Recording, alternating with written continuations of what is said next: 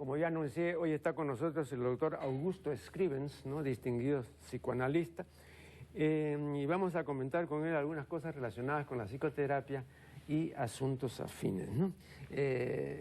La más cordial bienvenida, doctor Scrivens. Muchas gracias por la invitación, doctor.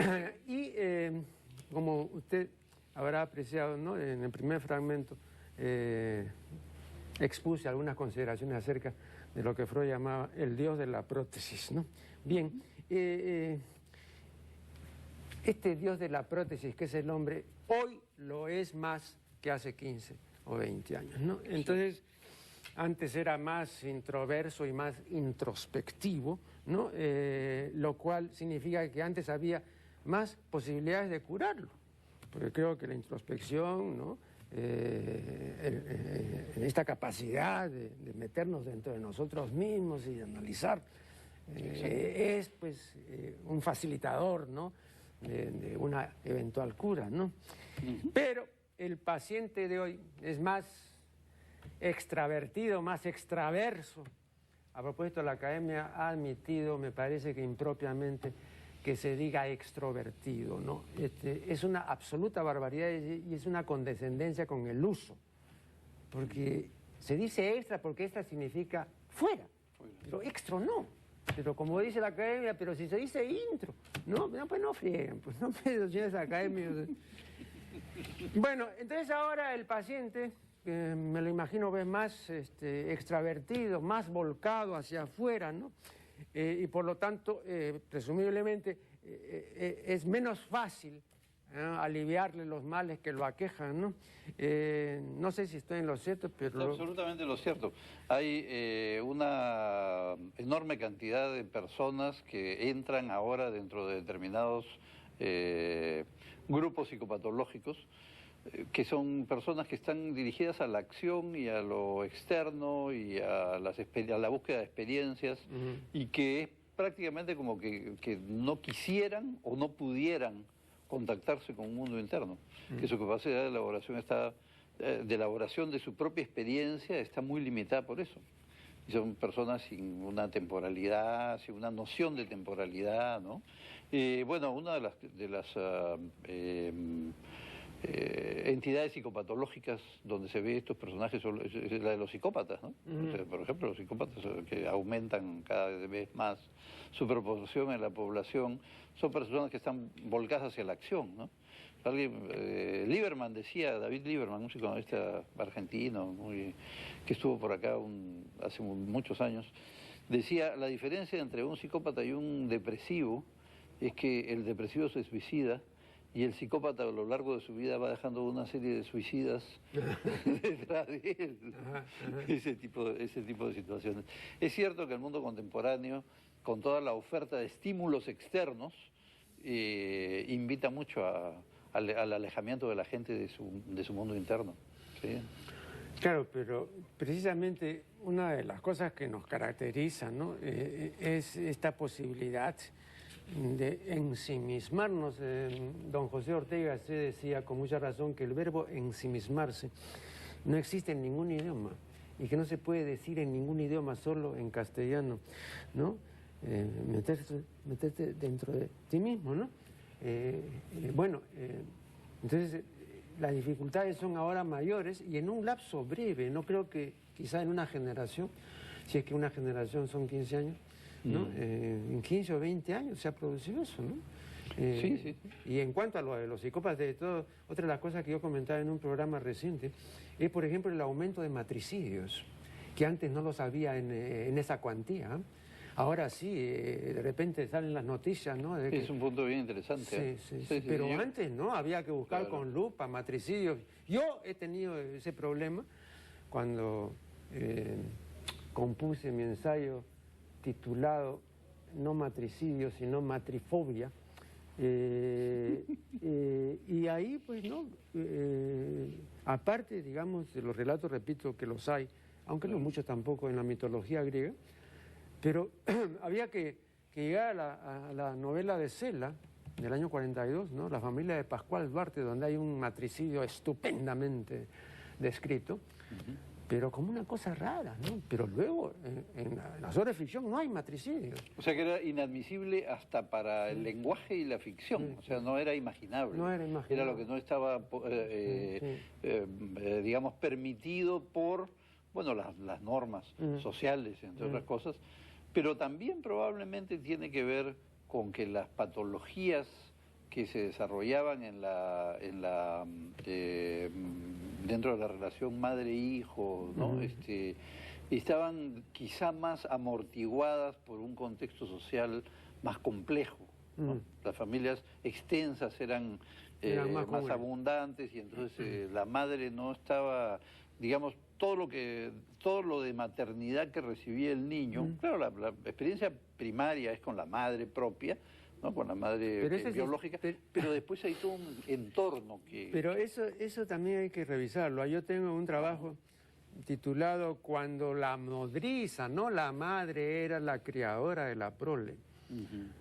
Es una experiencia que tiene un buen tiempo en Occidente. Sí, eso es verdad. Y además también entre nosotros, ¿no?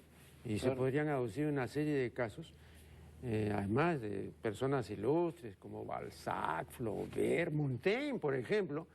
Ninguno de estos ha sido criado por su madre. Montaigne, en sus ensayos, dice una cosa muy graciosa. Cuenta que él, no bien nació, a las pocas semanas su padre lo mandó a una aldea donde había unas tías, ¿no? Para que lo cuiden, dice. Y entonces él dice, no, sí, y entonces me cuidaron y me criaron mis tías, ¿no? Y felizmente no fue mi madre, felizmente, dijo. O sea, él era perfecto. O sea, no había necesidad del matricidio. Y además era muy... Es lo mismo que dice Balzac también de la madre, ¿no? Sí. Hay cartas muy claras, ¿no? Claro. Donde Rilke, por ejemplo, o sea, estoy mencionando gente de primer nivel, ¿no? Rilke, cuando está con Lou von Salomé, Rilke, y le presenta a su madre,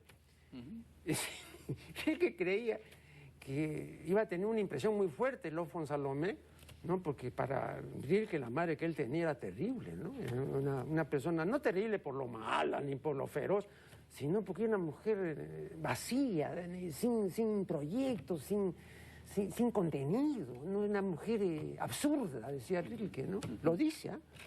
Una persona tan fina, ¿no? Y tan de gran calidad. No, pero tenía una... Y le dice, ¿cómo no te ha espantado? No me ha parecido una buena señora y todo. Que a mí me parece terrible.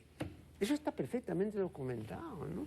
Entonces también esta imagen de la madre como de una relación única y todo, habría que también revisarla. Sin embargo, la madre es fundamental, porque esas situaciones específicas que está mencionando son situaciones en las cuales probablemente estas personas tenían una capacidad, digamos, innata como para poder elaborar esas experiencias tan complejas y tan difíciles de una manera muy compleja a su vez, y respondían con una creatividad excepcional frente a una situación especialmente difícil, ¿no? Pero de todas maneras, quizá el hecho de tener la alternativa entre la madre... Yo he visto eso también en la clínica, la posibilidad de tener la alternativa entre una madre y una nodriza también da la posibilidad de dividir los afectos y sentirse compensado por una de lo que no le daba la otra, ¿no? Ese tipo de situaciones que en la familia... pero lo que quiero decir, lo que quiero decir es que la idea prevaleciente ahora es de que el amor que puede dar la madre o la relación entre madre e hijo es algo único. Y que entonces eso no puede ser reemplazado ni por la nodriza ni por la tía. No, eso no es cierto. Pues esto es lo que yo quisiera, digamos, cuestionar. O sea, voy a mencionarle un caso, por ejemplo, ¿no? Y una mujer que fue madre 2 veces y que además fue una gran artista, Isidora Duncan, en su memoria. ¿Qué cosa dice? Vean, a mí no me parece muy admirable el amor de madre, ¿no? Es lo más posesivo, lo más egoísta, ¿no? Y habla muy mal del amor de madre, y es la madre, ¿no? Y entonces, y no era pues cualquier madre, ¿no? Entonces hay que también pensar, ¿no? De que se ha hecho toda una religión de la maternidad, para usar este término de Simone de Beauvoir, ¿no? Sí. Es verdad eso, e inclusive uno podría poner un cierto interrogante dentro de las teorías tan maternales dentro del mismo psicoanálisis, ¿no? O sea, toda la teoría de las relaciones objetales plantea lo fundamental que es la relación básica entre el bebé y la madre, sobre todo en los primeros meses de vida, en el primer año de vida, ¿no? Todo eso tiene su importancia, ¿no?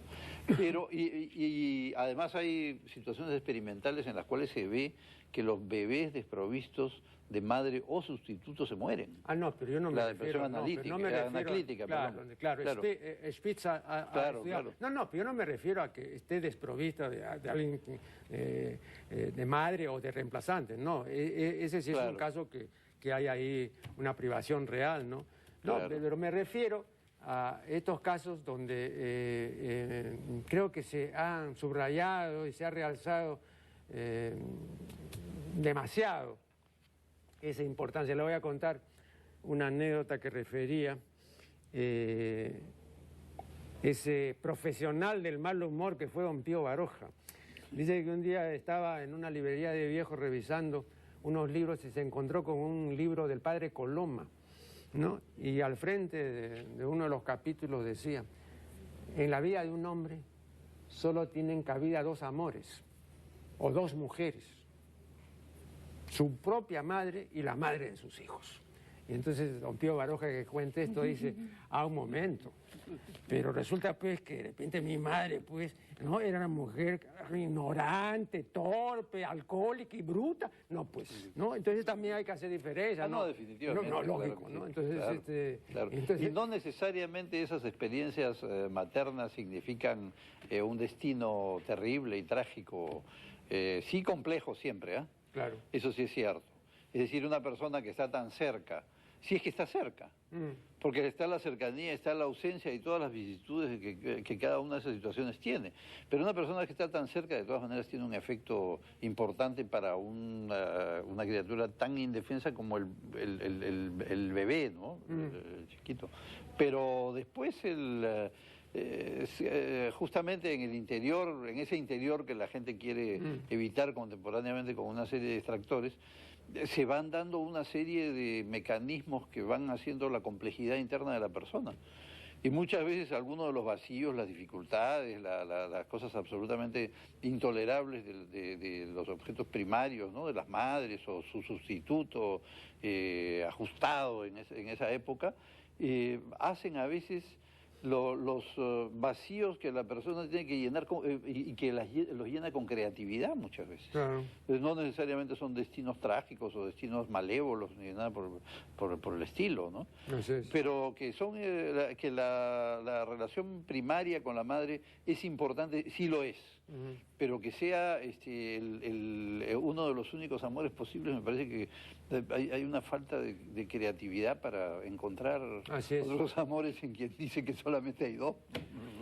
Vamos a hacer acá una nueva interrupción y ya regresaremos.